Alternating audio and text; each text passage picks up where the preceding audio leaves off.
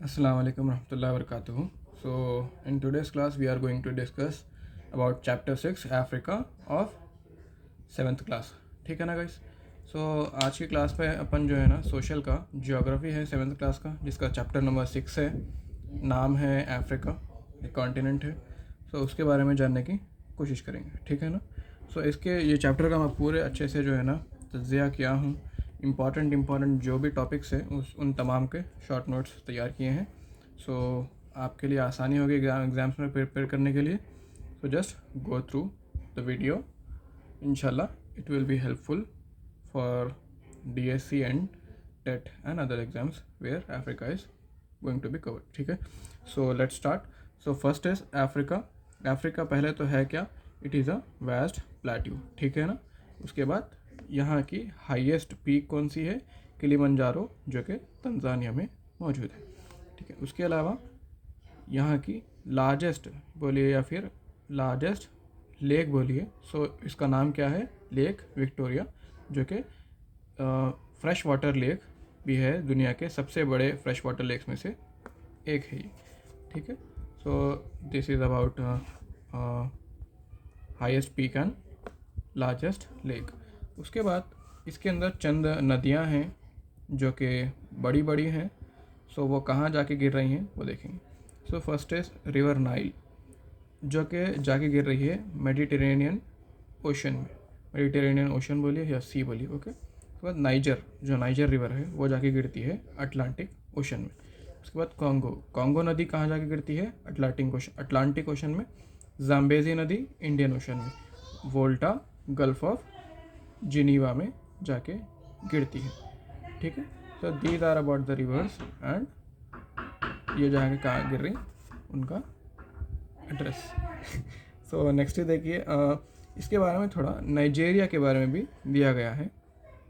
सो Nigeria में हुआ क्या कि यहाँ पे एग्रीकल्चर, अफ्रीका में यूजुअली एग्रीकल्चर क्या हुआ, स्टार्ट किया गया बज़रिए ब्रिटिश के.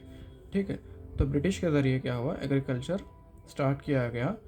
और होता क्या था कि आगे जाके ये लोग क्या करते गए, वहाँ के लोगों को क्या करे, काम पे लेते गए, काम पे लेते गए. और हुआ ये कि एंड में ब्रिटिशर्स क्या हो गए, वहाँ के मैनेजर्स हो गए. और वहाँ के खेती बाड़ी वाले काम करने वाले कौन हो गए?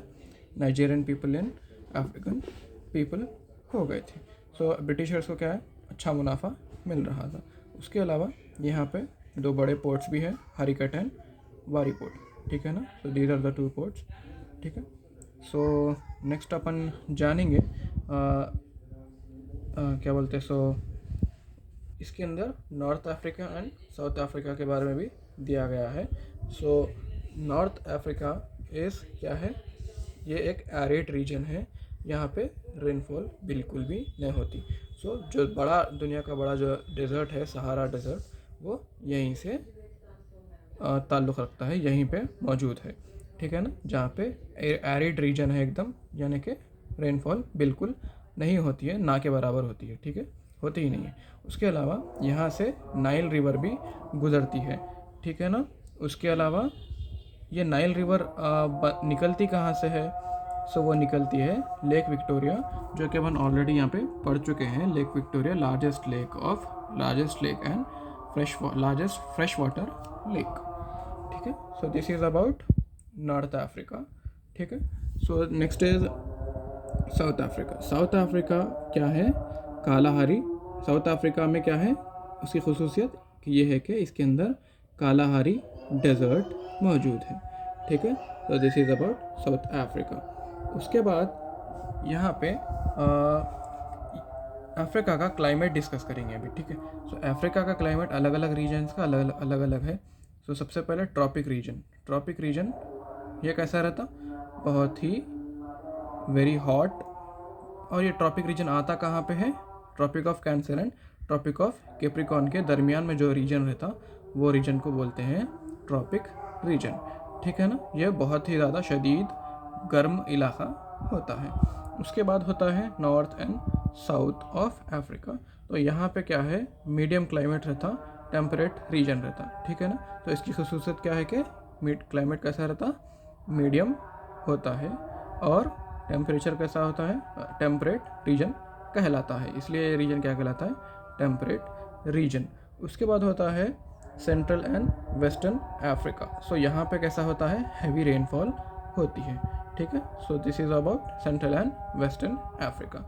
उसके बाद है मॉडरेट रीजन। मॉडरेट रीजन में क्या होता है, बारिश बहुत ज़्यादा होती है, और बहुत ज़्यादा क्या, एक अच्छी मकदार में बारिश होती है, और कीचड़ कीचड़ इस तरीके का होता है, और वहाँ पे घास भी उगती है। तो घास इस तरीके की उगती है कि हाथी वगैरह जो है ना उसके अंदर गायब हो जाते हैं, उस तरह के लंबे लंबे घास उगती है। सो उन मैदानों को जहाँ पे इस किस्म की घास उगती है, उन मैदानों को कहते हैं सवाना के मैदान, या फिर सवाना जंगल कहा जाता है। So this is about climatic conditions of different regions from Africa, ठीक है ना। तो ये है क्लाइमेट के मौसमी हालात मुख्तलिफ इलाक़ों के अफ्रीका के अंदर। उसके बाद है, क्योंकि अफ्रीका बहुत बड़ा है, सो उसके बहुत सारे इलाके भी हैं, तो अलग अलग इलाके का अलग अलग मौसमी हालात हैं जो कि हम देख चुके हैं। आगे देखिए, चंद और चीज़ें मैं आपको बताता चलूँ कि इसके बाद क्या हुआ, अफ्रीका दरियाफ्त कैसे हुआ। दरियाफ्त इस तरह से हुआ कि यूरोपियंस क्या करते थे, आते थे, आके लेकिन क्या होता था, अफ्रीका के थोड़े दूर तक आते थे, आके वापस चले जाते थे, ये सोच के कि यहाँ तक ही इतनी गर्मी हो रही है, क्योंकि यूरोप क्या है, ठंडा इलाका है, यूरोप, अफ्रीका क्या है, बहुत गर्म है। सो वहाँ तक ही इतनी गर्मी हो रही है, तो अंदर जाने पे कितनी गर्मी होगी वो सोच के वापस आते थे। बट बाद में हुआ क्या कि वास्को डी गामा क्या करा, निकला था उन्हें खोज के, इलाक़ों की खोज के अंदर। सो उन्हें क्या करा, इंडिया को आया बज़रिए अफ्रीका। आया कब, 1498। और जब आते थे लोग यूरोपियंस, सो यूरोपियंस जब आते थे तो तब होता क्या था, सेंट मडीरा एंड अजोर्स में ये लोग ठहरते थे। सो this is about European people touching Africa. Africa के पास यहाँ पे वो लोग टच करते थे हमेशा के, तो ये पॉइंट याद रखिए।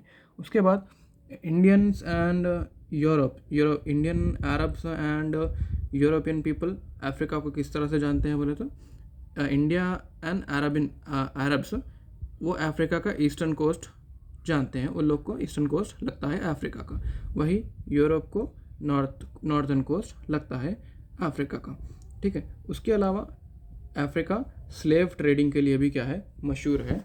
तो उसमें क्या हुआ था कि 16th सेंचुरी में यूरोपियन पीपल्स, डच पीपल्स, फ्रांसीसी, ये तमाम लोग क्या करे थे, पॉलिश पीपल्स, ये तमाम लोग क्या करे थे, यूरोपियन जाके अफ्रीका से स्लेव लेके आना शुरू करे थे 16th सेंचुरी में। तो 16th और 17th सेंचुरी में क्या हुआ, वहाँ पे स्लेव ट्रेडिंग दबा के चली।